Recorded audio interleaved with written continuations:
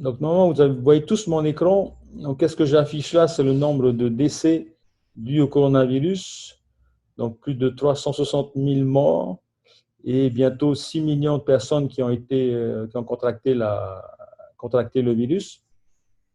On ne va pas oublier tous ceux qui s'en sont sortis, hein, ok? Et tous ceux, bien entendu, alors on ne les affiche pas, mais tous ceux qui sont encore concernés, malades et certainement en cours de soins.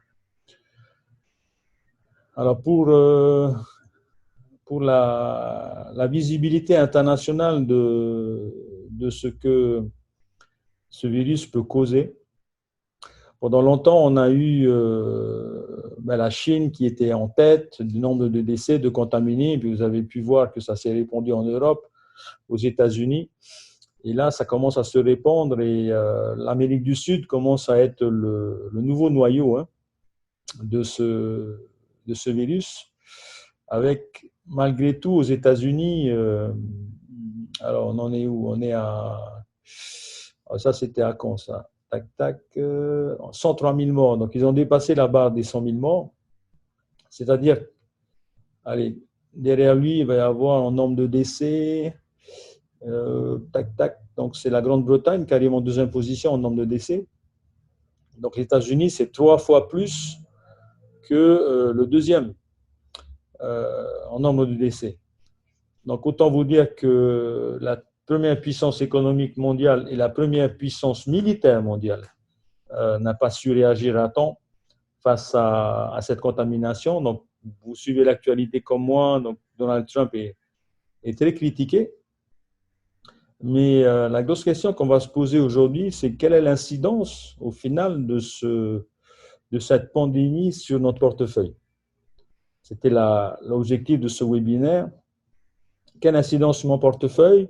Quelle incidence sur ma carrière? Parce que si vous êtes salarié, comme je le disais dans ma vidéo, votre patron est certainement en train de réfléchir à la manière dont il va vous licencier. J'espère que ce ne sera pas votre cas. Alors que vous soyez dans un service public ou un service ou une entreprise privée, hein, le traitement est le même, hein, la situation est la même.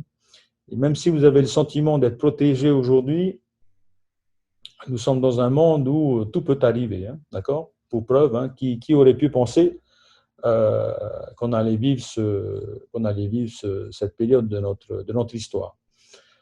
Donc, l'objectif du webinaire, en gros, la situation, quels sont les risques que je prends, et puis surtout, comment je peux limiter les dégâts. Alors, quand je dis comment je peux limiter les dégâts, si vous êtes entrepreneur aujourd'hui, ne comptez pas faire le même chiffre d'affaires que l'année dernière en 2020. Ça, c'est clair. Et si vous avez déjà élaboré une stratégie, vous pouvez la mettre à la poubelle. Hein, en fin d'année, souvent, on va élaborer sa stratégie pour l'année suivante. Là, vous pouvez la mettre à la poubelle parce que les choses ont complètement changé. Et si vous arrivez, donc deux indicateurs, si vous êtes entrepreneur, un, si vous arrivez à l'équilibre en fin d'année, c'est déjà une excellente chose. Et si en fin d'année, votre trésorerie est positive ou à zéro, c'est déjà une excellente chose. Ça veut dire quoi? Ça veut dire qu'il va y avoir plus de 95% des sociétés qui ne seront pas à l'équilibre, qui seront en déficit et qui n'auront plus de cash. Et on sait que le cash, c'est l'oxygène de l'entreprise. Donc, sans cash, ça risque d'être super compliqué. Alors, vous pouvez espérer que les États ou les gouvernements viennent vous aider, hein. Ils ont déjà du mal à s'aider eux-mêmes. Donc, là, plus que jamais, c'est aujourd'hui que le particulier, le chef d'entreprise, le salarié et même celui qui est au chômage réfléchissent à la manière de se protéger et puis pourquoi pas de saisir les opportunités de la crise. Donc, si vous parlez un peu chinois, vous avez étudié le chinois, vous savez que le sigle chinois pour crise, c'est quasiment le même que pour le mot opportunité. Donc, certes, nous traversons une période inédite, mais c'est aussi durant ces périodes que des Warren Buffett, que des Ray Dalio ont fait fortune. Donc, ça nécessite bien entendu de bien comprendre ce qui se passe et puis de saisir les opportunités qu'on ne voit pas forcément parce que vous pouvez, avec les yeux que vous avez aujourd'hui, voir une situation et ne pas voir des opportunités. Et donc, l'important pour moi, c'est voilà, d'apprendre à avoir la bonne paire de lunettes pour mieux voir et puis ensuite de passer à l'action. Alors, un résumé de la situation assez brièvement, c'est que nous traversons donc les BMA Cloud, les BMA, vous connaissez toutes ces informations. Donc, nous allons traverser 4 crises dans une seule crise en 2020. Certainement débordé en 2021 pour la dernière, la crise monétaire. Alors, c'est quoi ces 4 crises? La première, c'est que nous sommes encore dans une crise sanitaire. Vous avez entendu parler d'une deuxième vague dans certains pays, comme en Chine, etc., au Liban. Et puis, Dr Raoult, j'en parlais dans ma vidéo, que vous connaissez certainement aussi, annonçait que dans les pays pauvres, la réaction a été beaucoup plus rapide que dans les pays riches, parce que les pays riches ont préféré attendre qu'un vaccin soit trouvé, alors que les pays pauvres ont utilisé la médecine traditionnelle, enfin la médecine qu'ils avaient l'habitude d'utiliser pour se soigner rapidement. Donc, il expliquait ça comme ça. Je ne suis pas médecin, donc je ne peux pas vous dire. Par contre, ce que je trouve intéressant, c'est que lorsque l'on est en période de crise, il faut pouvoir agir rapidement, en période de guerre. Lorsque vous êtes en période de paix, vous pouvez prendre le temps de réagir rapidement. Et donc, c'est aussi comme ça que j'ai vu en 2004, par exemple, lorsque il y a eu certaines transformations, des PDG de grosses boîtes avaient démissionné et ne pouvaient pas faire face à des situations de crise. Donc, non seulement il faut prendre des décisions plus rapidement, mais souvent, vous allez vouloir changer de patron, de chef d'entreprise, de décideur, même peut-être politique, parce que les anciens ne sont pas forcément adaptés. Donc ça, c'est pour ce qui concerne les autres. Maintenant, pour ce qui vous concerne vous-même, celui que vous avez été jusqu'au 31 décembre 2019 ne doit pas être celui que vous allez être en 2020. Parce que vous n'allez pas réagir rapidement, vous n'allez pas prendre les bonnes décisions. Et donc ça va finir par vous coûter de l'argent. 30 secondes, s'il vous plaît.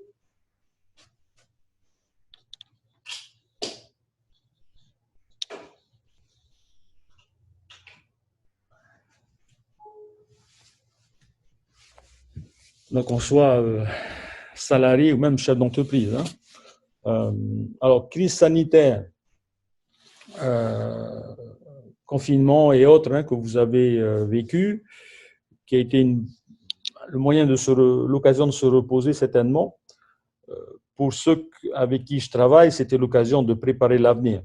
Clairement, ce type de webinaire, je l'ai donné 3 fois par semaine, même pendant le confinement, pour nous préparer à la suite.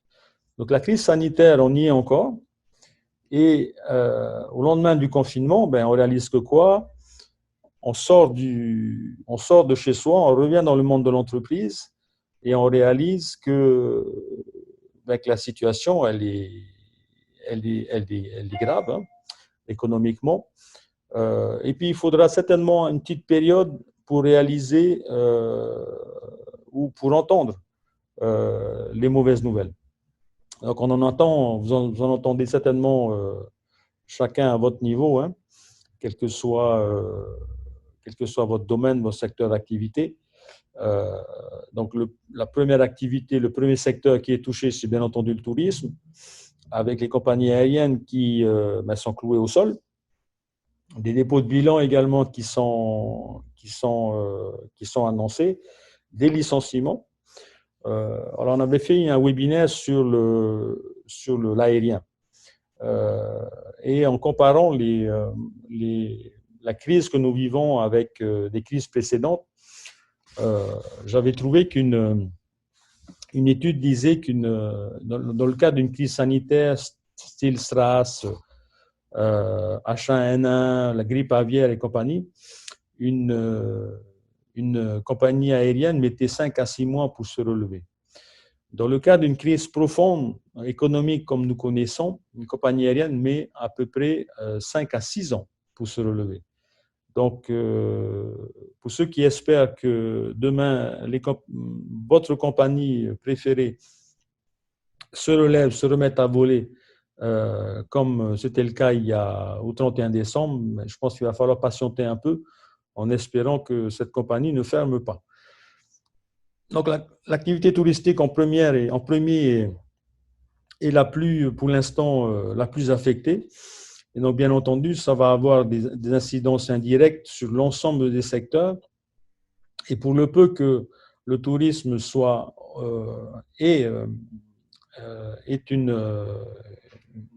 un rôle important dans le PIB du pays dans lequel vous vivez, eh bien, si le tourisme représente 10 à 15% de votre PIB, je vais prendre l'exemple de la France, 80 millions de touristes à l'année.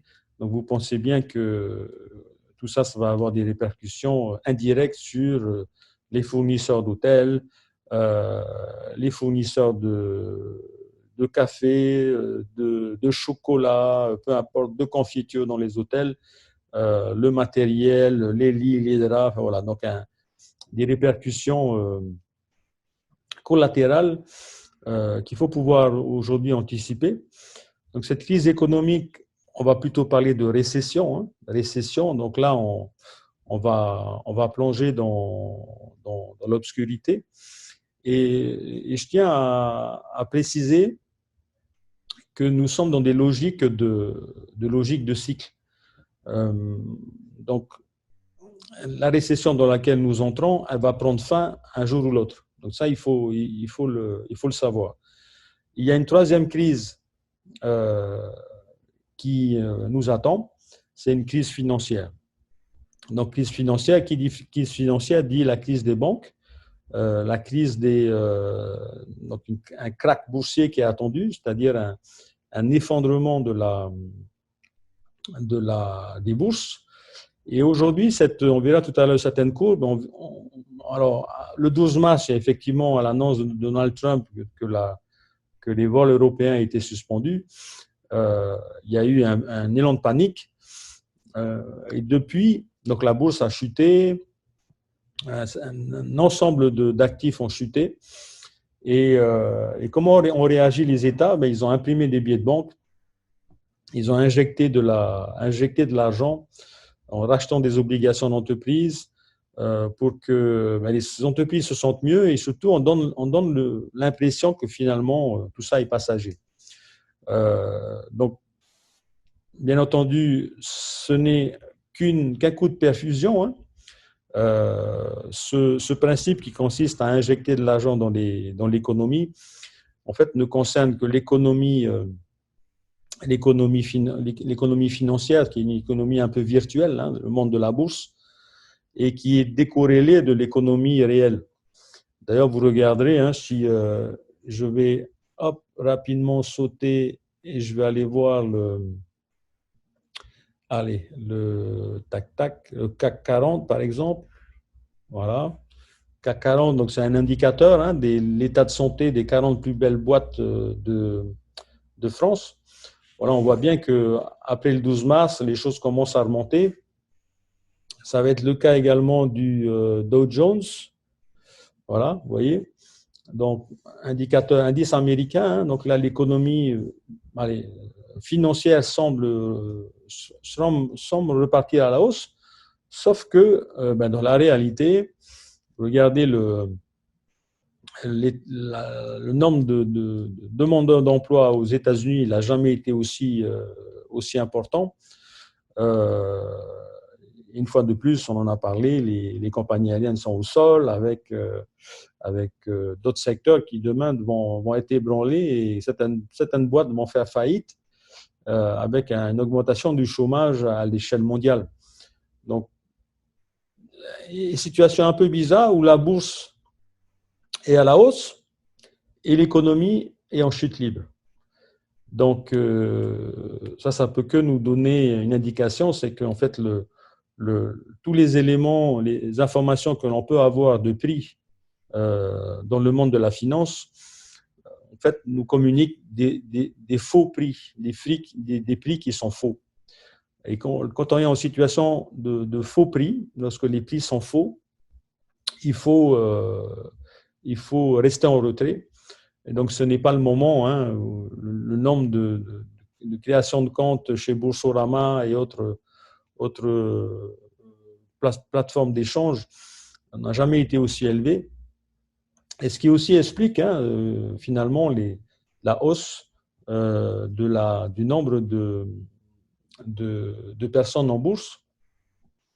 La vérité, c'est que il y a les newbies, les nouveaux entrants, et puis il y a cet effet de l'hélicoptère monnaie, l'argent qui est injecté dans les économies, qui au final est une forme de drogue qui a été utilisée en 2008 au moment du...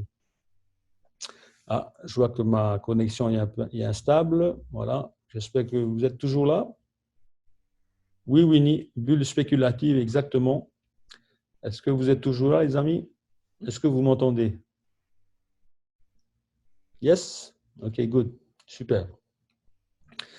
Donc, on est dans une bulle spéculative, des personnes qui démarrent sur les marchés de la bourse, des États qui impriment des billets et qui vont acheter des obligations d'entreprise.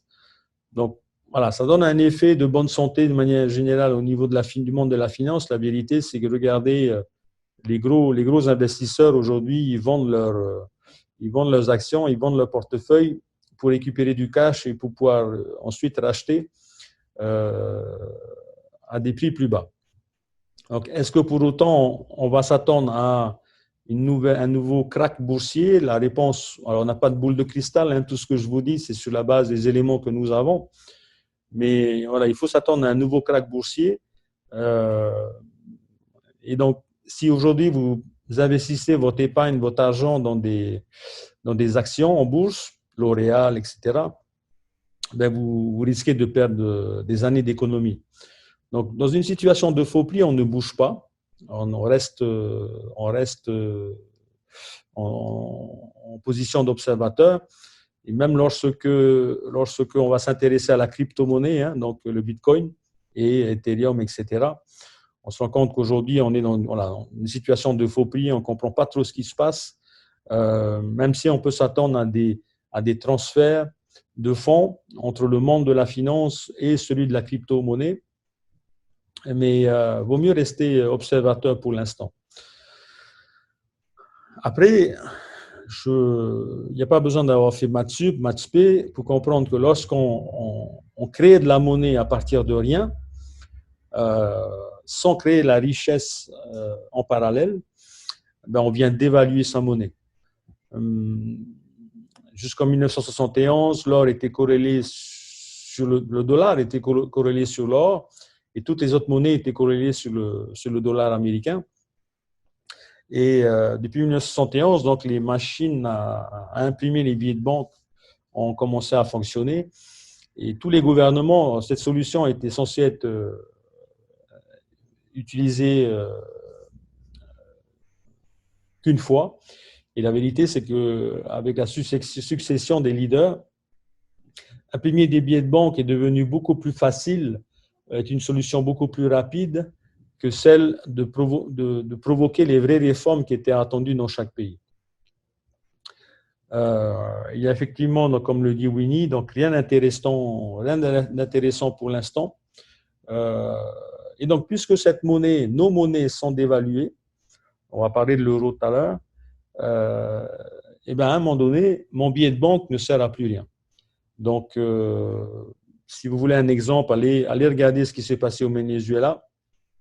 Situation un peu similaire où, à un moment donné, il y a une telle inflation, c'est-à-dire augmentation des prix, parce que le pays n'est plus en mesure, à cause de sa, à l'époque, c'était encore aujourd'hui, mais encore plus avant, sa production pétrolière qui lui permettait d'acheter ses importations, sa production pétrolière ayant chuté, en tout cas les ventes, l'exportation de pétrole ayant chuté, le pays n'était plus en mesure de pouvoir importer des denrées alimentaires, équipements, etc. Donc dans ces pays, au Venezuela, les prix des produits importés ont commencé à grimper.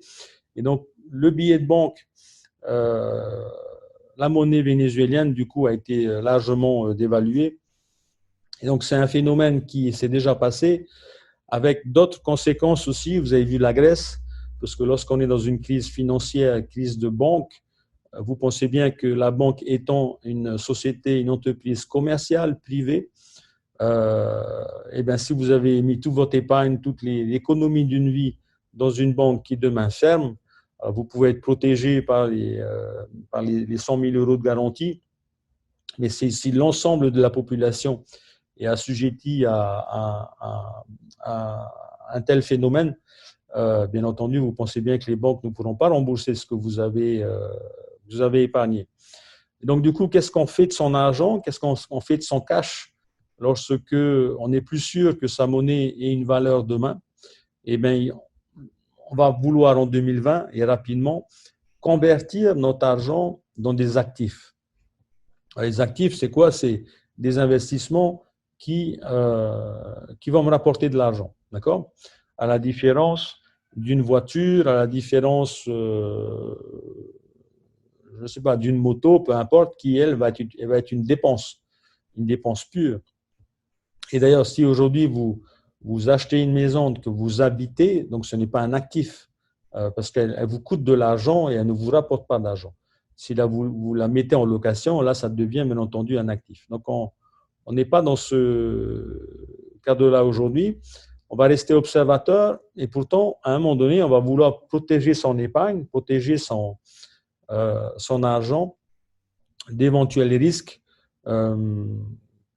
qui seront décidés et provoqués par nos dirigeants.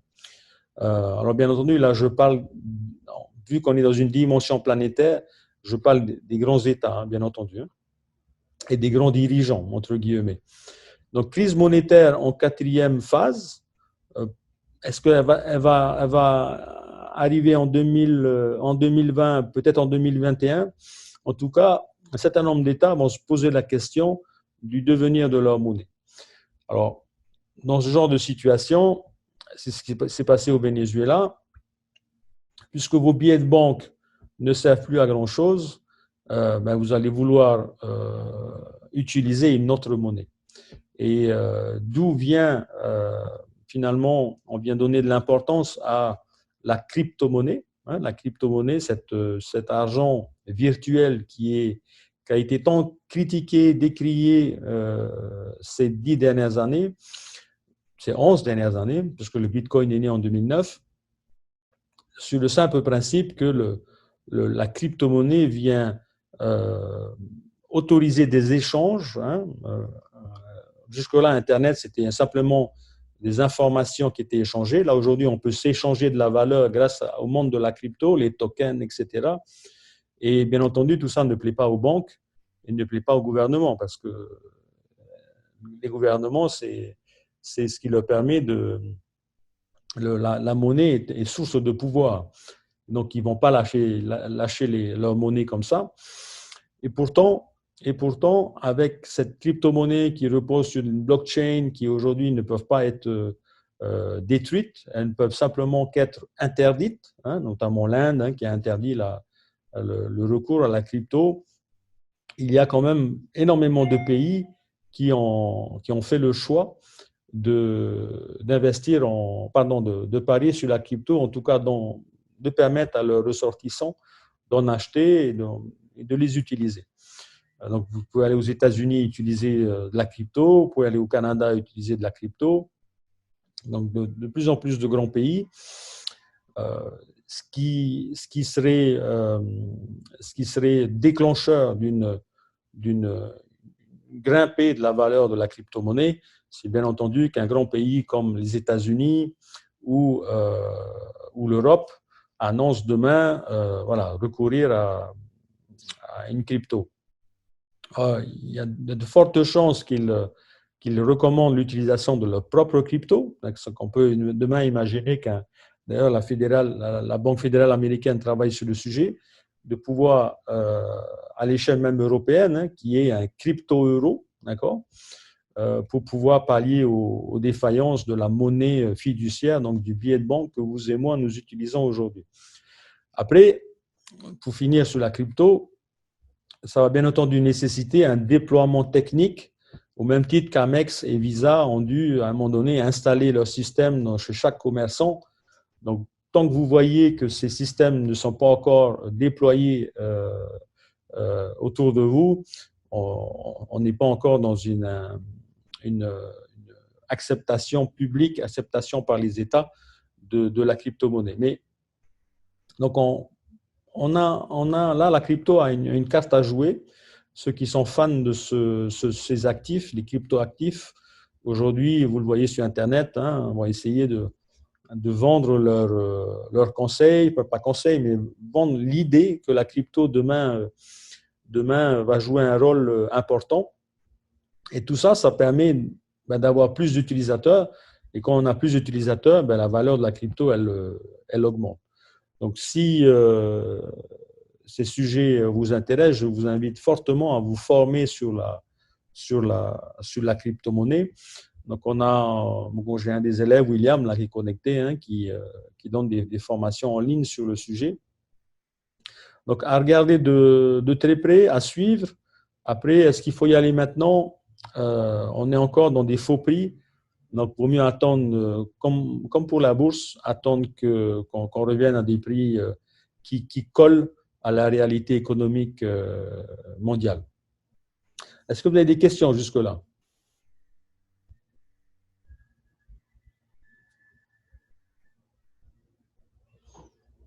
Pas de questions? Vous m'entendez toujours? Yes? All right. Alors, sur ces quatre crises, celle qui était prévisible, alors faut-il garder son argent en banque? Écoute, aujourd'hui, j'aurais tendance à suivre les recommandations des économistes que j'étudie, qui te conseillent de fuir l'euro. On va voir juste après. Fuir l'euro, donc ça veut dire fuir le franc Pacifique, si tu es en Polynésie. Ça veut dire fuir toutes les monnaies qui sont convertibles et qui dépendent de l'euro. Parce que l'Europe est en danger. L'Europe, c'est aujourd'hui plusieurs pays qui ont des niveaux, des besoins, des problèmes complètement différents. Et le virus est venu finalement taper dans la mare. Et cet esprit européen finalement a été branlé avec ce virus, notamment en Italie, on va juste après. Donc, est-ce qu'il faut que je sorte mon argent est-ce que je convertisse mes euros? Voilà. Moi, j'aurais tendance à dire que oui. Et donc, ça veut dire quoi? Si j'ai une épargne en francs Pacifique aujourd'hui, il faut que je puisse la convertir rapidement. Surtout parce que il y a à peu près 2 ans, la Banque centrale européenne avait déjà annoncé une éventualité de taxer l'épargne à hauteur de 10%. Donc, si tu avais 10 millions en banque ou 1 million en banque, ils allaient prendre 10% de ton épargne. Alors, cette recommandation, la BCE l'avait proposée pour couvrir la dette de 2007-2008. Aujourd'hui, la dette des États, elle a explosé. Elle n'a jamais été aussi importante. Et la France, au vu de sa situation et de son PIB, ne pourra pas rembourser sa dette. Donc, imprimer des billets de banque, c'est sympa, c'est facile, ça permet rapidement de venir en aide au monde de la finance, mais quelque part, ça vient endetter des générations futures. Alors, pour pouvoir faire passer la pilule, les États vont décider de faire baisser les taux d'intérêt au plus bas. Et c'est ce qui se passe. Hein. Bientôt, les taux seront proches de zéro. Ils sont même négatifs dans certains pays, c'est-à-dire qu'on vous paye pour pouvoir contracter un crédit. Est-ce qu'on va arriver jusque-là? J'en sais rien. En tout cas, lorsqu'un État va décider de baisser, enfin une banque centrale va décider de baisser ses taux d'intérêt au plus bas, ses taux directeurs, c'est aussi pour ne pas devoir rembourser le taux d'intérêt à sa banque centrale. Donc, si tu as du cash en banque, j'aurais tendance à dire convertis-le le plus vite possible avant qu'une éventuelle taxe soit prononcée ou avant qu'une éventuelle dévaluation de l'euro ou disparition de l'euro, hein, parce qu'on parle de ça aujourd'hui, et qui viendrait finalement perturber tes finances. Alors, vous pensez bien que demain, en plus, si l'euro disparaissait, il va y avoir une période de perturbation qui fera que vous pourrez vous trouver en situation comme en Grèce, où à un moment donné, je vais essayer de faire passer ma carte et je ne vais même pas pouvoir faire des achats. Donc, vaut mieux avoir un petit stock à la maison, un petit coffre dans lequel je vais garder un peu d'argent pour traverser ces situations difficiles. Alors, convertir, Marie-Hélène, ça veut dire que je vais placer mon argent. Hein. Alors, quand je vais, par exemple, si je veux rester dans le monde des devises, je vais convertir mes euros, mes francs pacifiques en monnaie de pays que je juge solides. Donc, est-ce qu'on aurait envie demain de convertir ces euros pour acheter des dollars américains? Aujourd'hui, la réponse est oui. Cependant, parce que l'Europe va certainement s'écrouler avant les États-Unis. Cependant, les États-Unis utilisent le même système, ils impriment des billets de banque, des centaines de milliards ont été imprimés depuis le Covid. Et donc, la même situation va arriver aux États-Unis, avec en plus, en face des États-Unis, la Chine, qui aujourd'hui est en train de chasser le dollar de l'Asie.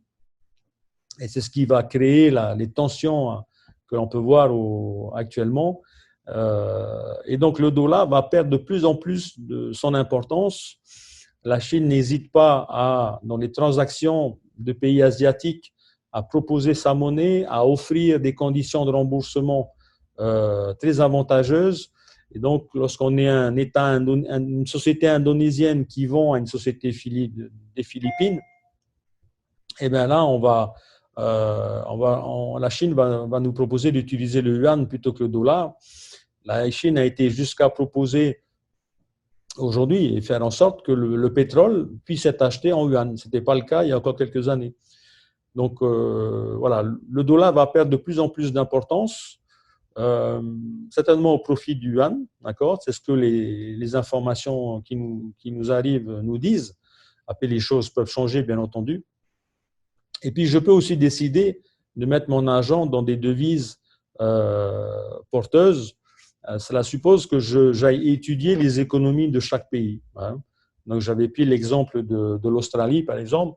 Si demain, vous voulez convertir votre argent en dollars australiens, ça suppose d'aller étudier quels sont les fondements de l'économie australienne. Donc, industrielle à fond, très polluante, notamment avec le charbon.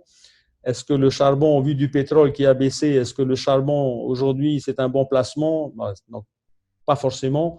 Donc, du coup, même si l'économie australienne est solide, ce ne serait pas aujourd'hui une devise que j'achèterais, quoi. Par contre, la Nouvelle-Zélande, là, on mise sur l'agriculture. Est-ce que tu penses que l'agriculture demain est porteur? Bien entendu que oui, à mon sens. On a bien vu avec le Covid un retour à l'or vert. Et donc, dans ce cas-là, si tu estimes que l'agriculture demain est porteur, à ce moment-là, tu peux investir dans le dollar néo-zélandais. Alors, hop, j'essaie de vous suivre. Tac, tac, Hans.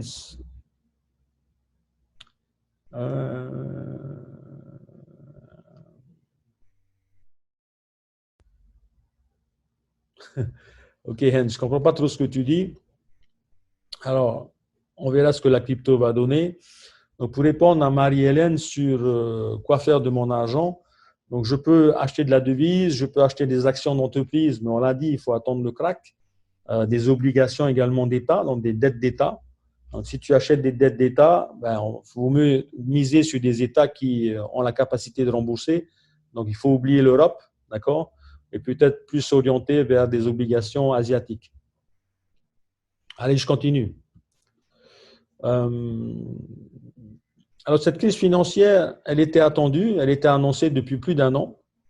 Et bien entendu, donc, le virus est venu provoquer la chute de la bourse. Donc, une fois de plus, on est dans des situations cycliques. Donc, moi, j'ai passé 2 ans avec Tony Robbins et ses équipes à travailler sur ces sujets-là, ce qui m'a permis de faire les allers-retours avec les États-Unis, le Canada, voire même d'autres pays. On est allé à Abu Dhabi, on est allé en Inde, etc., pour essayer de comprendre ce qui allait nous arriver. Donc, nous sommes aujourd'hui dans une phase descendante.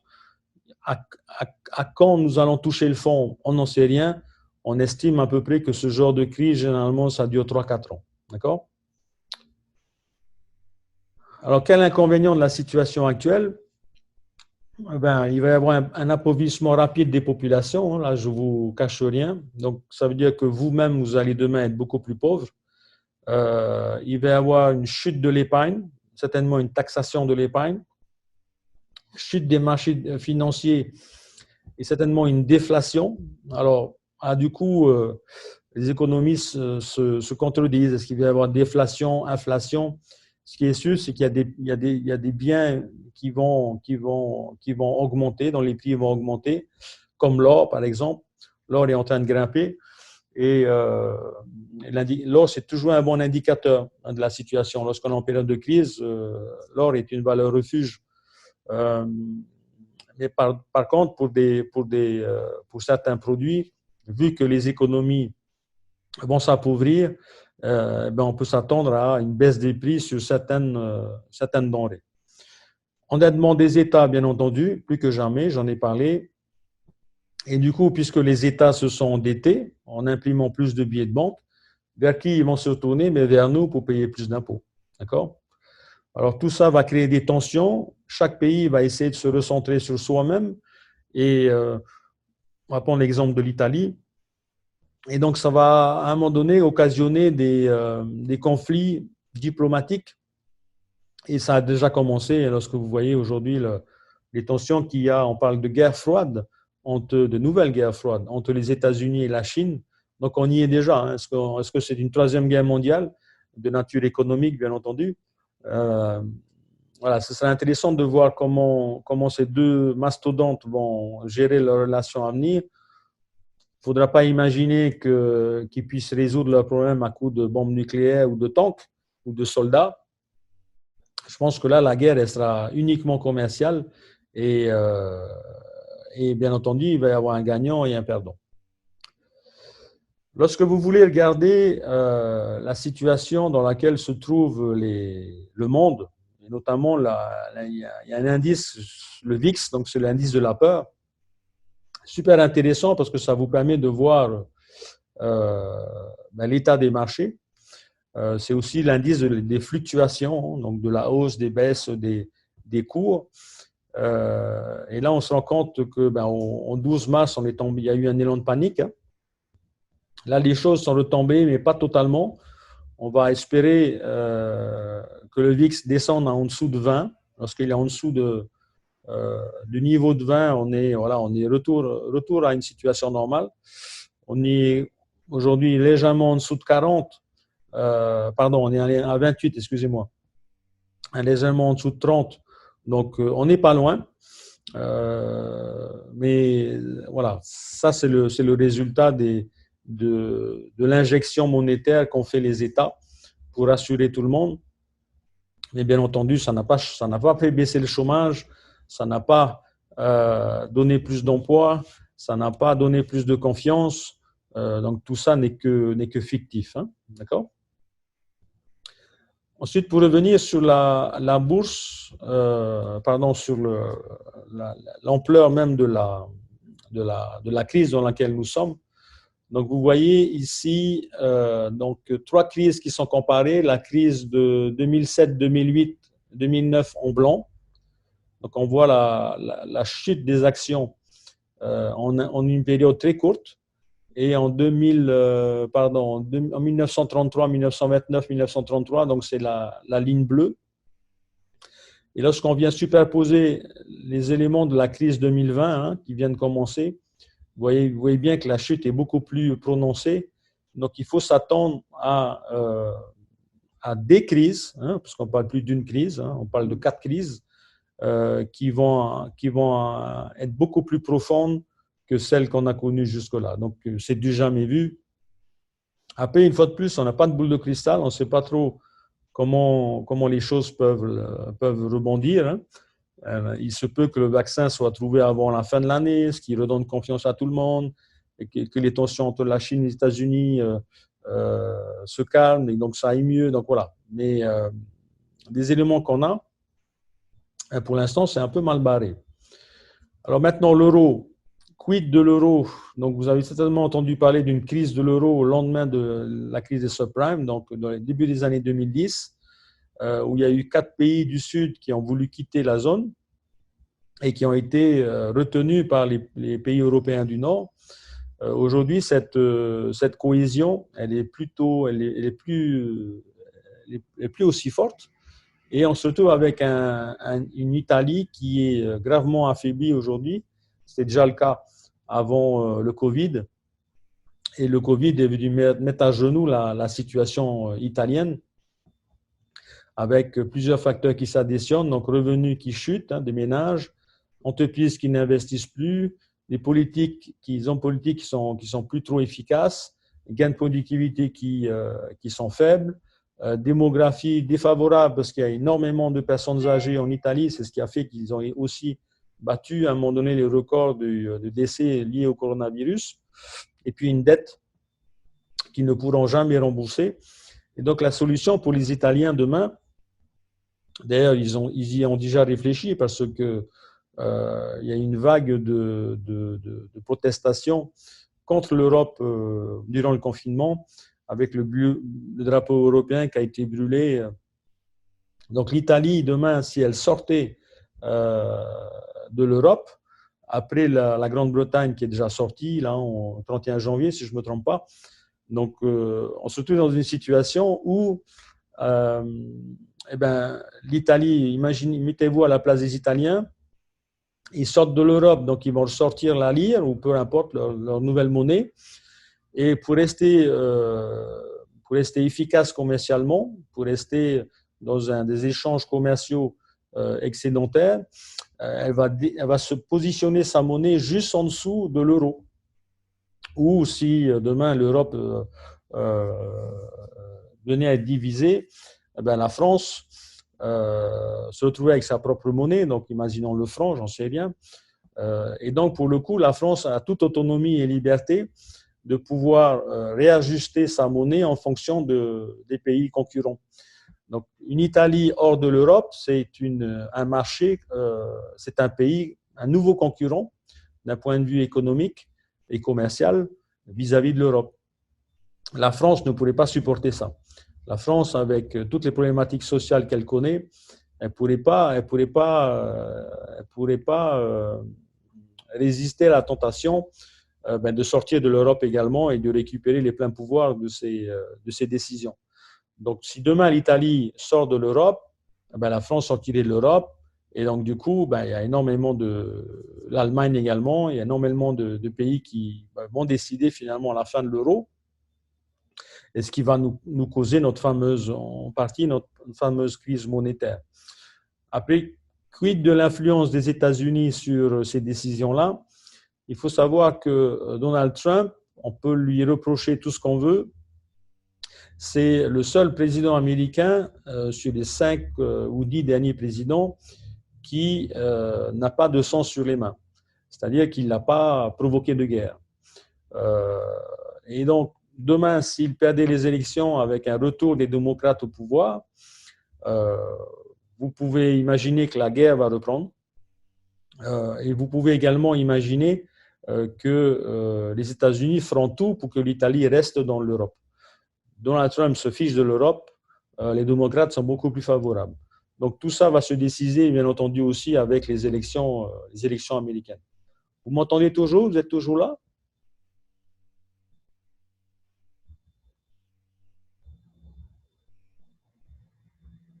Yes? OK, good. Merci à tous. Hein. Je vais essayer d'accélérer. Je sais que il est bientôt 13 heures. Et puis, lorsque vous voulez avoir les informations sur la confiance des gens, etc., il suffit de regarder les indicateurs. Hein. Donc, le Stoxx Europe 600, c'est l'indice de la confiance qu'ont les marchés pour les banques américaines, les banques européennes. Et vous voyez que là, les marchés n'ont plus trop confiance aux banques européennes. Hein. Les banques européennes sont à genoux. Donc, la Deutsche Bank était déjà fatiguée. La BNP, Société Générale, etc. Ce sont toutes des banques qui sont aujourd'hui, qui ont de grosses difficultés. Alors, ce qu'on attend dans cette fameuse crise financière qui est attendue, c'est qu'un géant de la banque s'écroule. Et si ça se passait, ben vous verrez là un effet domino sur les banques européennes, américaines et du monde entier, parce qu'elles se doivent toutes de l'argent quelque part. Et là, si on revient sur alors vous voyez, la confiance revient petit à petit hein, sur les banques, alors qu'à côté de ça, le chômage ne fait que grimper, quoi. Donc la France est partie des quatre mauvais élèves en termes de chômage, avec une immigration, bien entendu, qui est croissante, et avec des aides sociales qui donnent envie à tous les pays européens, et donc d'où cette immigration. Donc clairement, aujourd'hui, on se trouve dans une situation où le contribuable français, c'est-à-dire celui qui travaille, qui paie ses impôts, ben, fait vivre des personnes qui viennent d'autres pays européens. Et donc les niveaux d'imposition en France sont super élevés. Après, pourquoi payer des impôts? Généralement, lorsque vous payez un impôt élevé, c'est au regard de la qualité de vie que vous avez. Donc, imaginez, je prends l'exemple de la Nouvelle-Zélande, vous allez payer à peu près 30% d'impôts sur vos revenus. Les entreprises vont être taxées jusqu'à 60%. Mais à côté de ça, vous avez de belles routes, vous avez de la sécurité, vous avez un ensemble de conditions qui font que la Nouvelle-Zélande fait partie des 2 pays les mieux cotés pour le bon vivre, la qualité de vie. En France, on se trouve avec des niveaux d'imposition quasiment similaires, sauf que la sécurité, elle n'est plus là, il y a du chômage, etc., des tensions, etc., etc. Donc, c'est ce qui a causé la manifestation des Gilets jaunes et qui vont certainement retourner dans la rue très prochainement. Hein. Et le CAC 40, donc là, pareil, hein, donc l'indice des 40 plus belles boîtes de France. Donc, la reprise, elle n'a pas été super. On sent que, voilà, en France, la situation, elle est moins positive que ça semble l'être aux États-Unis, parce qu'on a vu que le Dow Jones avait bien grimpé. Tout ça parce qu'il y a un fond de problématique qui n'a pas été résolu ces dernières années. Hein. Et puis Donald Trump, vous avez dû le voir, hein, donc avec ses diverses conférences de presse qui ont été largement attaquées par les journalistes, par les plus grands médias. Il a toujours sa base de défenseurs. Aujourd'hui, Donald Trump est en baisse dans les sondages et donc du coup, il réagit mal aux attaques qui lui sont reprochées. Donc, il va bien entendu désigner en tant que bon politicien. Hein, donc, c'est un excellent politicien. Hein, je ne sais pas si vous avez l'impression qu'effectivement, vous n'êtes pas fort, on a l'impression, on se demande comment il a pu arriver au pouvoir. Tout ce qu'il dit, tout ce qu'il fait, ça va convaincre une base qui lui est fidèle. Hein. Mais malgré tout, voilà, il est en bas, en baisse dans les sondages. Et donc, du coup, ben, il va désigner un responsable. Et le responsable aujourd'hui, c'est bien entendu la Chine. Dow Jones, on l'a vu. La guerre froide, on en a parlé. Après, pour répondre encore à la question de Marie-Hélène, où est-ce que je vais mettre mon argent? Ben, regardez les cours du pétrole. Le pétrole s'est cassé la figure et est même passé sous la barre des zéros. Donc, l'indice WTI est passé sous la barre des zéros à un moment donné. Donc, le pétrole, là, aujourd'hui, le Brent est à 35 dollars le baril. Le WTI est à 33. Il se positionne toujours en dessous du Brent. Alors ça, c'est parce que ben, il y a eu, pendant le confinement, les avions ne volent plus, les voitures ne roulent plus. En petit à petit, on va avoir certainement un pétrole qui va remonter. Après, lorsque la bourse s'écroule, si elle s'écroule, ben, il faut s'attendre encore à une nouvelle chute du pétrole. Donc, pour répondre à Marie-Hélène, si je peux placer mon argent, mais pourquoi pas acheter du pétrole? Bon, je ne le ferai pas maintenant. Hein. Peut-être que j'ai tort, peut-être que je rate une occasion en or, parce que si demain, j'achète un pétrole à 35 dollars et qu'il revient sur un niveau de consommation normale à 64 dollars, ben, je fais le double de ma mise. Par contre, s'il descend en dessous des 10 dollars, ce que les économistes prévoient, et que je l'achète lorsqu'il est en dessous des 10 dollars, et qui revient au bout de 2-3 ans à son niveau habituel, donc le coefficient multiplicateur est de 6. D'accord? Donc, je viens multiplier par 6 mon investissement. L'or, lui, c'est l'actif qui s'en sort le mieux. Hein. Donc, généralement, c'est la valeur refuge. Tout le monde y va lorsque tout va mal. Et d'ailleurs, il y a eu plusieurs revendeurs qui sont tombés en rupture de stock, aussi parce que les fonderies étaient en confinement. Donc, vous devriez pouvoir en acheter en ligne assez rapidement. Donc là, l'or aussi, c'est un actif qui aujourd'hui est recommandé. Comment il va réagir au krach boursier?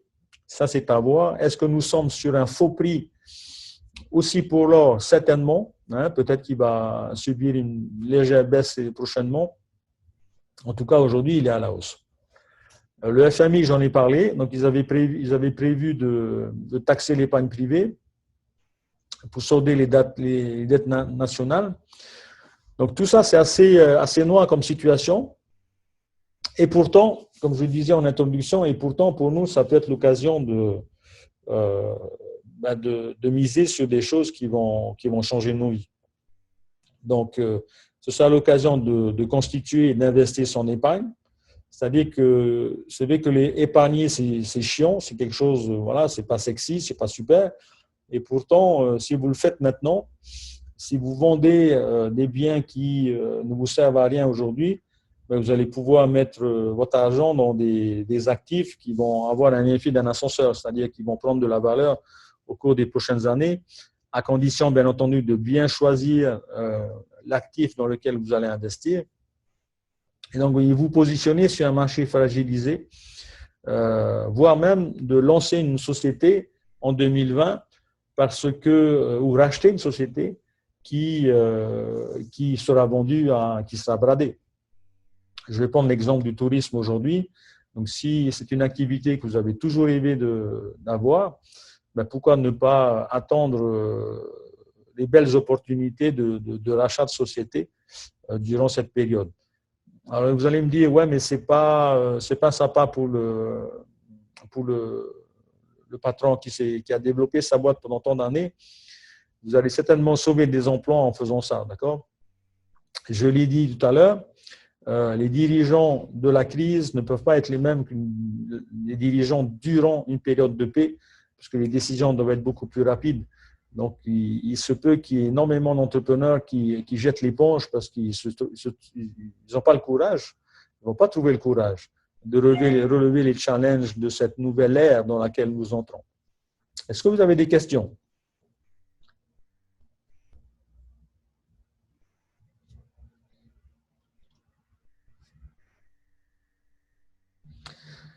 Alors, Ray Manouf, pour les acteurs du tourisme, faut-il envisager une reconversion temporaire? j'aurais tendance à dire pour tout le monde, hein. Pour tout le monde, c'est l'occasion là, et donc c'était le cas pendant le confinement avec ma communauté, mais pas seulement, hein. Pour tous ceux qui aujourd'hui ont une activité plus ou moins au sommeil, il faut vous renouveler, il faut réfléchir à vos forces, vos faiblesses, au secteur qui vous intéresse demain. Là, il y a une vraie redistribution des cartes et malheureusement, les entrepreneurs, il y a encore beaucoup d'entrepreneurs qui pilotent l'entreprise avec des méthodes du passé. Voyez sur les réseaux sociaux, hein, aujourd'hui, c'est clairement le marketing qui va faire votre chiffre d'affaires. Après, c'est vos analyses de gestionnaire qui vont faire que vous allez dégager une rentabilité. Mais en termes de chiffre d'affaires, c'est clairement le marketing aujourd'hui qui va vous aider. Et beaucoup d'entrepreneurs ne savent même pas ce que c'est que le marketing. Ils vont focaliser leur temps sur la fabrication, la production de leurs biens et services, se focaliser sur l'administration, le secrétariat, l'envoi de factures, etc., la comptabilité même, et passer moins de 10% de leur temps au marketing. Surtout lorsqu'on sait que maintenant, le recours aux réseaux sociaux, à Internet est gratuit. Et donc, vous pouvez toucher des milliers de personnes avec une vraie démarche marketing. Alors, attention à ne pas faire n'importe quoi aussi, parce que pour beaucoup de gens, faire du marketing, c'est envoyer des prix, envoyer une offre, essayer de convaincre les gens. Il y a toute une manière de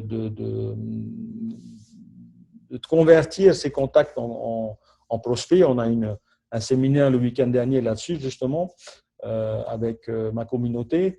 Toute une manière de convertir ces contacts en prospects, convertir ces prospects en clients, ensuite en fidèles et ensuite en fans. Donc, tout ça, ça suit un processus. On est sur de la psychologie, hein, donc il faut comprendre comment les gens raisonnent. Il ne s'agit pas, bien entendu, de tricher avec eux, hein, parce que là, on est dans de l'humain. L'important, c'est d'apporter de vraies solutions aux problèmes des gens. Et ça suppose de savoir quels sont leurs problèmes, et ça suppose aussi de savoir si je suis en mesure de résoudre leurs problèmes, d'apporter une solution, si possible, la moins coûteuse possible. Hein. Aller investir 50 millions dans une machine dont je ne sais même pas si elle sera rentable, c'est suicidaire. Donc, s'il y a 9 entrepreneurs sur 10 qui font faillite dans les 5 ans, hein, ça c'est les statistiques mondiales, ben c'est parce que en fait, les gens utilisent les mêmes procédés d'avant et n'ont pas compris qu'on est dans l'ère de l'information aujourd'hui, l'ère de l'Internet, et donc les gens sont accessibles, mais attention à ne pas à essayer de le refouguer n'importe quoi. Alors, je lis les questions pour Héré. Penses-tu dérisoire de vouloir monter des entreprises axées sur la beauté et les bijouteries? Dérisoire de vouloir monter des entreprises axées sur la beauté et la bijouterie. Ben, tu regarderas les dernières crises, ont profité aux grandes marques, hein, de luxe. Hein. Pourquoi? Ben, parce que lorsqu'on est en crise, les riches deviennent encore plus riches. Hein. Ce sont les populations moyennes qui s'appauvrissent. Donc, il y a plus de pauvres, mais il y a plus de riches. Enfin, les riches deviennent plus riches. Donc, si tu es sur cette cible-là, des personnes qui ont de l'argent, CSP+, etc., ben là, pareil, il va falloir que tu fasses du qualitatif, il va falloir que tu améliores ta manière de communiquer, il va falloir que tu puisses convaincre les gens. Et donc, tout ça, c'est un travail, ça se prépare, bien entendu. Hein. Donc, j'aurais tendance à dire, alors, mis à part le tourisme, parce qu'aujourd'hui, ben, il n'y a plus de clients, hein, sauf si vous êtes dans une île comme Montréal ou à proximité d'un marché captif. Et si vous comptez que sur la clientèle internationale, donc il va falloir attendre l'année prochaine pour reprendre le travail. Donc, en attendant, hein, pour répondre à Raymanou, il faut te renouveler, il faut essayer de développer autre chose. Et ça va être quelque chose de positif parce que tu vas démarrer sur un nouveau secteur et tu vas devenir une personne meilleure. C'est ça qui est important. Après, retenez bien une chose. Lorsqu'on va se lancer dans le monde de l'entreprise, si vous lancez qu'un seul business, vous êtes en danger. Et on le voit là. Si vous n'avez qu'une activité de location de jet ski, de bateau, peu importe, vous êtes en danger. Si vous en avez 2, vous êtes moins en danger, vous êtes toujours en danger. Donc, en probabilité, il vous faudra, c'est Ray Dalio qui le dit, en probabilité, il vous faudra minimum 5 actifs. 5, alors, ce ne sera pas forcément de l'entreprise, ce sera peut-être de l'or, ce sera peut-être du pétrole. Il faut que ce soit des actifs qui soient décorrélés, c'est-à-dire qui soient complètement indépendants les uns des autres. Si je développe 5 entreprises dans le tourisme, je suis en danger, on est bien d'accord. Donc, 5 entreprises minimum. Et c'est aussi l'erreur que font la grande majorité des entrepreneurs, c'est qu'ils vont lancer un business en se disant je vais y rester toute ma vie. Alors, lorsqu'on lance un business, on se demande quand est-ce que je vais en sortir. Et c'est ça qui est.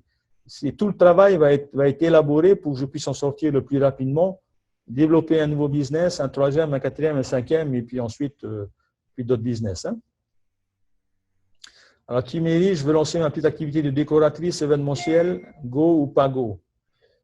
Événementiel, ben oui, après, mais sur quel type d'activité? Mariage, sportif, etc., etc. Est-ce que vous pensez que les gens vont arrêter de se marier en 2020? Bien sûr que non. Ils vont continuer à se marier. Ils vont peut-être décaler dans le temps, mais ils vont se marier. Donc, est-ce qu'il va continuer à avoir des événements sportifs? Oui. Alors, lorsque les gestes barrières le permettent. Hein. Ici, demain, on traverse une nouvelle vague de contamination. Et bien entendu, ton activité sera perturbée. Donc, 2020, c'est l'occasion de lancer une nouvelle activité dans des secteurs dans lesquels je ne suis jamais allé. Je vais pouvoir racheter des sociétés qui se sont écroulées parce qu'une fois de plus, l'entrepreneur d'avant va certainement jeter l'éponge. Il y a des boîtes qui commencent à être mises en vente. Hein. Le seul problème, c'est que ces boîtes qui sont en vente vont vous montrer des chiffres de 2019. Et bien entendu, ces chiffres de 2019 sont beaucoup plus… ne reflètent pas la situation de 2020. Donc, n'achetez pas une société sur la base du bilan de 2019. On est bien d'accord. Regardez les bilans, mais vous devez faire votre propre analyse sur le potentiel de l'activité en 2020. All right. Alors, j'ai encore 3 diapos. Ça va aller assez rapidement. Alors, lorsqu'on est un particulier, qu'est-ce qu'il faut faire? Il faut réduire ses dépenses non vitales. Hein. Donc, vous avez un certain nombre de dépenses qui vous coûtent de l'argent. Hein, notamment les poisons, la malbouffe, les drogues, l'alcool, etc. Donc, ça, ce sont des choses que vous pouvez écarter. Hein. En plus, vous ferez du bien à votre santé. Se constituer un trésor de guerre pour suivre et réinvestir. Donc, plus que jamais, hein, c'est maintenant qu'il faut mettre de l'argent de côté. 100 francs aujourd'hui peut être transformé en 10 000 francs dans 5 ans, donc il faut en profiter. Réfléchir à la manière dont je peux travailler de chez moi parce qu'on n'est pas à l'abri d'un nouveau confinement. D'où le recours à Internet, d'où le recours à la nouvelle technologie. Réfléchir à la manière d'éduquer ses enfants chez soi également, d'accord? On l'a vu durant le confinement. Être autonome en légumes et en fruits, on peut tous planter chez nous. Hein. Lister les choses, les biens que je peux vendre sans brader. Si aujourd'hui, voilà, j'ai dans mon garage des choses qui me servent à rien, c'est l'occasion de les vendre. Rendre son loyer, si toutefois vous payez un loyer aujourd'hui et vous pouvez aller habiter chez vos parents, why not, d'accord? L'ego, vous allez le mettre de côté, d'accord? Cette période, elle est particulière, donc ce sera l'occasion de se rapprocher de ses proches, justement. Et puis, pourquoi pas limiter à une voiture par foyer. Hein. Beaucoup de gens ont en tête qu'il faut une voiture par personne. Moi, je me suis débrouillé pendant longtemps avec une voiture et un skateboard. Ma femme avait la voiture, j'avais le skateboard. D'accord? D'ailleurs, je viens de le ressortir là, en début de semaine. Alors, est-ce qu'il est préférable de garder son argent chez soi plutôt que de le laisser à la banque? On l'a dit, il vaut mieux le sortir de la banque et en faire quelque chose. Si tu le laisses chez toi, ce n'est pas souci de sécurité. Il te faut un peu de cash en cas de coup dur. Le seul problème, c'est qu'il va falloir le protéger. D'accord? Donc, à ce moment-là, je vais acheter un coffre. Je vais m'assurer que personne ne puisse utiliser cet argent. Ou si demain, mon appartement brûle, ma maison brûle, il ne faut pas que je perde les millions que j'ai économisés pendant tant d'années. Donc, particulier, donc pour rebondir sur ce que tu viens de dire, réduire sa quantité de cash en banque, en garder chez soi en sécurité, convertir en devises, on en a parlé, acheter de l'or, acheter du pétrole, investir dans des actions, Après, quel secteur? Ben, la santé, l'intelligence artificielle, tous ces secteurs sont en train d'exploser. Les crypto-monnaies également, mais attention, il faut se former. Acheter du pétrole, j'en ai parlé. Les obligations asiatiques également, des dettes d'État. Mais je vais miser sur des dettes de pays qui peuvent me rembourser. Vous ne le savez peut-être pas, mais la Banque centrale de Chine a des tonnes et des tonnes d'or dans ses coffres. Et donc, vous êtes quasiment sûr qu'en achetant d'obligations chinoises et donc du yuan, vous faites un bon investissement. Et puis, une dernière chose, je ne sais pas si tout ce qu'on a partagé là depuis 1 heure vous est utile, vous avez appris des nouvelles choses ou vous savez déjà tout. Pour moi, la clé, c'est toujours continuer, continuer à s'éduquer. On a la chance de pouvoir avoir aujourd'hui en ligne énormément d'informations. Après, il faut savoir faire la différence entre une fake news et une vraie information. Et puis s'intéresser, bien entendu, à ces sujets. Mais investissez sur vous-même, c'est le meilleur investissement que vous puissiez faire. Alors, est-ce que l'importation est favorable de cette période? Importation de quoi? Si je vais investir, aller essayer d'acheter un ordinateur aujourd'hui chez Synergie ou chez IVA, ils sont en rupture de stock. Donc, importer des machines, parce que les gens s'équipent de plus en plus en ordinateur, en imprimante et compagnie, c'est une bonne idée. Donc, ça dépend du produit. Et une fois de plus, essayez de demander, essayez d'identifier ce dont les gens ont besoin. Quels sont leurs problèmes? Alors, Titawa a commencé à donner des cours via le net, yes, avec une interaction. Alors, est-ce que le niveau des formations en ligne est moins cher que les cours physiques? Alors, deux choses bien différentes, parce que moi, je fais des séminaires et des bouquins, et je fais également de la formation en ligne. Lorsqu'on est en séminaire, il y a une énergie qui est là, qui nous permet de rester en high énergie pendant plusieurs semaines. Donc ça, c'est intéressant. C'est la raison pour laquelle, dans Business Maker Academy, on a un rendez-vous par mois minimum. Lorsqu'on est en séminaire, on va être surtout sur du technique et on ne va pas être dans ce côté qui est impalpable parce que c'est difficile à mesurer. L'énergie, c'est quelque chose, voilà, l'engouement, voilà, c'est quelque chose qui est difficile à transmettre par le net. Donc, si tu peux faire des formations physiques, donner des formations physiques, donne des formations physiques en respectant bien entendu les gestes barrières. Et si tu peux, si tu n'as pas d'autre choix que de faire des formations en ligne qui sont beaucoup moins coûteuses parce que tu n'as pas de loyer à payer, tu n'as pas un décor à payer, tu n'as pas de scène, de projecteur, etc. Tu as juste un logiciel Zoom, d'ailleurs, de l'action de Zoom a pris plus de 70% en quelques mois. Donc, oui, mais donc du coup, on est ces deux niveaux de tarifs différents. Il y a plus de boulot via Internet. De manière générale, le cours que tu vas donner lorsque tu vas donner les formations en webinaire, ça va être généralement 2 heures maximum. Après, les gens se fatiguent. Lorsque tu vas être en formation en salle, tu vas être sur un programme de 8 heures à la journée.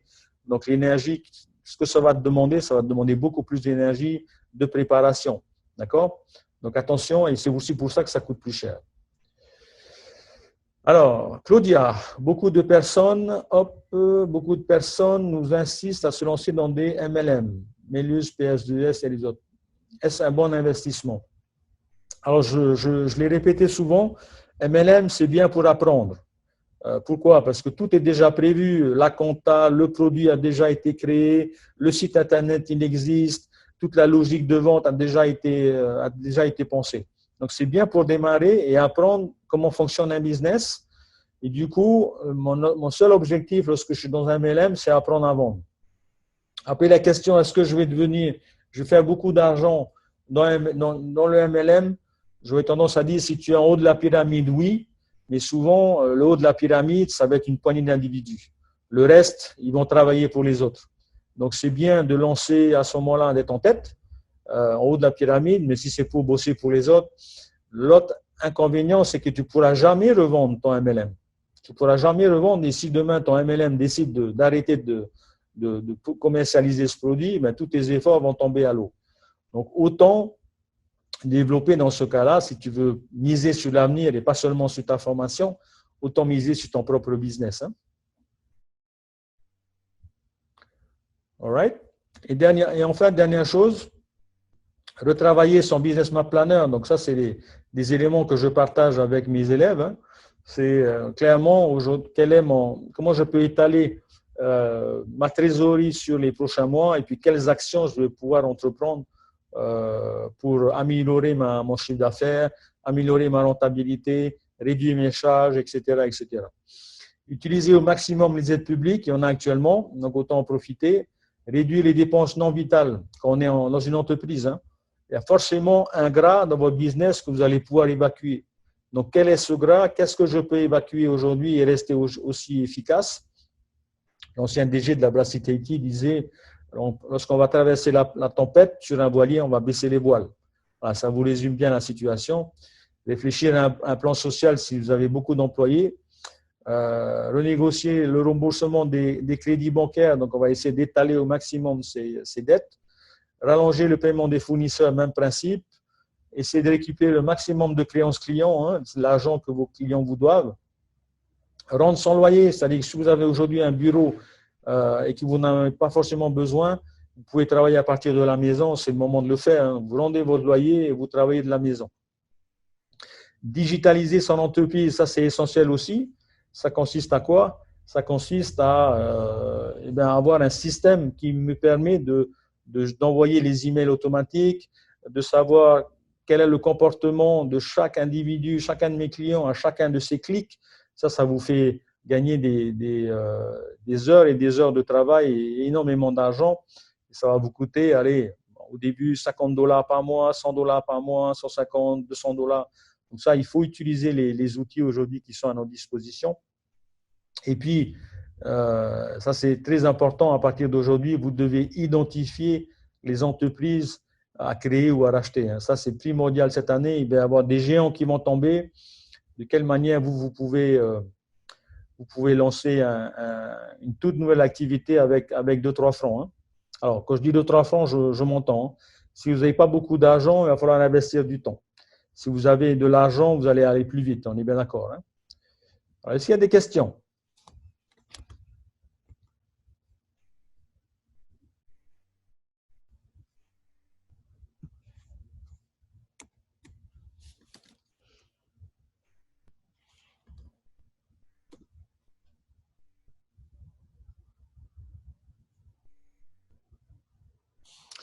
Timéry, mon mari est dans la mécanique, il souhaitait lancer d'autres pôles, carrosserie pour les poids lourds, lavage de vos poids lourds, etc.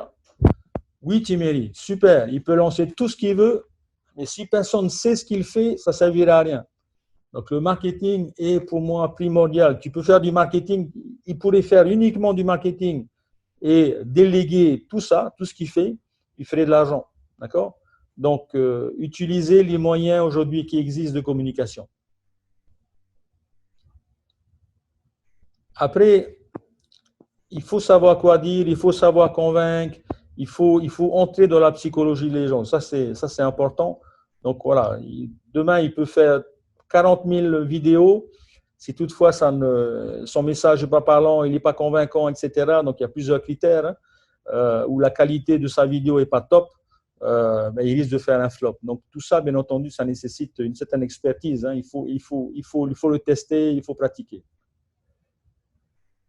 Où est-ce qu'on peut se renseigner sur l'entreprise à vendre? Donc, tu regardes sur les sites, puis tu annonces un PF, quelquefois il y a des sites à vendre, tu as aussi des cabinets d'experts comptables, donc tu peux appeler les experts comptables pour leur demander. Et puis surtout, ce que tu peux faire aussi, c'est quand une activité te plaît, tu as identifié quelqu'un, tu lui demandes. Ta société, elle ne serait pas à vendre par hasard. Parce que tout est à vendre. Après, c'est une question de prix. On est bien d'accord. Donc, on va essayer de racheter, bien entendu, un excellent prix. Hein. Si la crise touche tout le monde, doit-on revoir nos prix ou les amoindrir? Ça dépend du secteur dans lequel tu es. Lorsque la Chine a libéré la sortie du confinement à Hangzhou, Hermès a battu en un jour, le samedi, a battu ses records de vente mondial. D'accord? Ils ont fait 3 millions de dollars, 2,7 millions de dollars en une seule journée. Donc, si tu es sur du haut de gamme, ben, normalement, tu ne devrais pas être perturbé par ce qui se passe.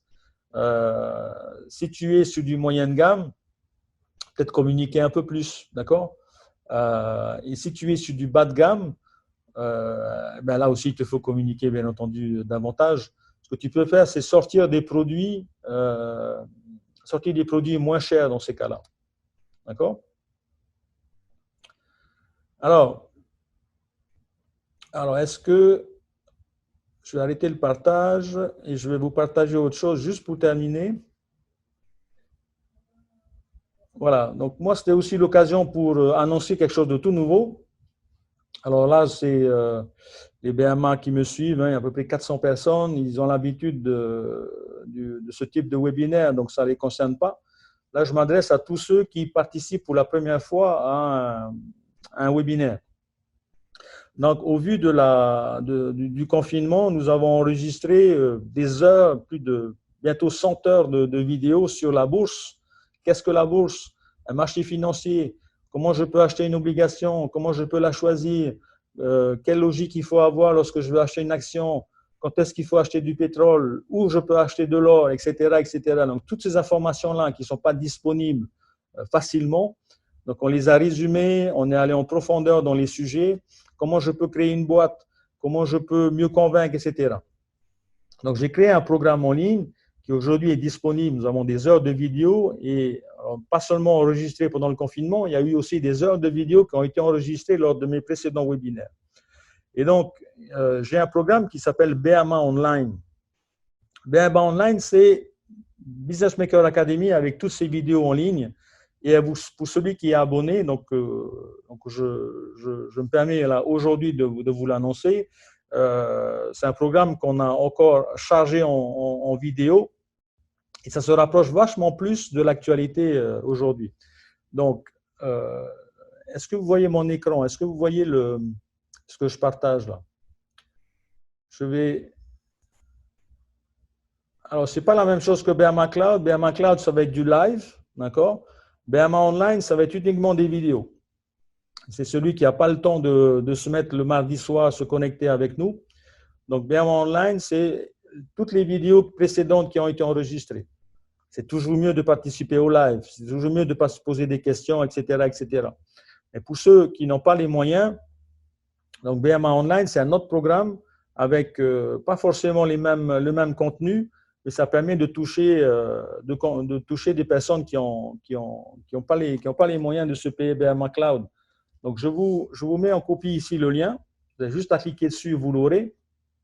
Prenez connaissance, voyez le contenu de cette formation. Alors, BMA Cloud, BMA, vous avez déjà tout ça. Donc, vous n'êtes pas concerné, hein, OK? Là, je m'adresse uniquement aux personnes qui n'ont pas forcément les moyens de nous suivre dans nos séminaires, nos bootcamps ou dans nos lives. Donc là, c'est uniquement de la vidéo sur BMA Online. On est à 41 €, donc ça fait 4 900 francs par mois. Pour 4 900 francs par mois, vous avez une vidéo de 2 heures qui vous est livrée toutes les semaines. Donc, vous pouvez travailler sur tous ces sujets-là et puis, bien entendu, passer à l'action. Donc, si ça vous intéresse, c'est un programme que je vendais 2 fois le prix l'année dernière. Donc là, le tarif, c'est un tarif de crise, OK? Il vous faudra une carte de crédit, bien entendu, hein, une carte de visa. Donc, au vu du montant, moi, je n'ai pas le temps d'aller courir après vous pour savoir si vous avez payé ou vous n'avez pas payé. Je n'ai pas le temps pour ça.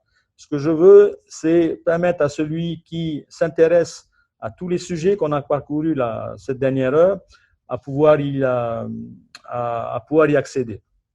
Donc, je vous ai partagé le lien. Jetez un œil, si ça vous intéresse, inscrivez-vous. Et comme je le dis, ce tarif, je l'applique que à ceux qui sont membres de ce webinaire. Ils sont encore connectés. Les autres, ils reviendront sur le tarif habituel qui est le double. Hein. Alors, tac, tac, Hans, le Titanic. Hein, quel échec. Alors oui, Hans, pas de problème. Hein. L'argent, c'est sale. L'argent, les riches sont ladins. L'argent ne tombe pas du ciel, pas de souci. Mais le jour où ton fils viendra te demander de l'argent et qu'il n'en aura pas pour pouvoir lui payer soit son cadeau à Noël, soit à manger, tu penseras à moi. D'accord? L'argent, je suis d'accord avec toi, c'est pas ce qu'il y a de plus important dans la vie. Il y a la spiritualité, la famille, etc. Mais aujourd'hui, le monde, aujourd'hui, repose et fonctionne sur l'argent. Donc, on est bien d'accord, on en a besoin. C'est ce que je veux dire. Si toi, tu n'en as pas besoin, je le respecte. Moi, je pense que l'argent aujourd'hui est important et mes formations se destinent à ceux qui ont envie d'améliorer leur situation. Il ne s'agit pas d'avoir des milliards sur le compte bancaire, on s'en fiche. On est bien d'accord. L'important, c'est de rendre les gens heureux et d'être heureux. Aujourd'hui, sans argent, malheureusement, tu peux être heureux, oui, mais à ce moment-là, il faut t'isoler au Tuamotu et boire du coco et manger du poisson. Ça peut plaire à certaines personnes, et je sais qu'il y a beaucoup de gens qui ont besoin d'un minimum de confort, et donc c'est à eux que je me destine. Hein. All right? Ok, les amis, merci à tous. Cette vidéo est enregistrée, je vais la diffuser sur ma page. Et puis, profitez du tarif promotionnel, il va doubler à la fin de la journée. Ok, c'est maintenant ou jamais. Gros bisous. Ciao, ciao, bye bye.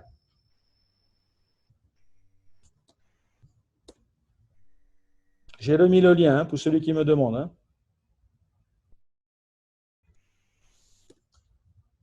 All right, bye. Merci encore. Ciao.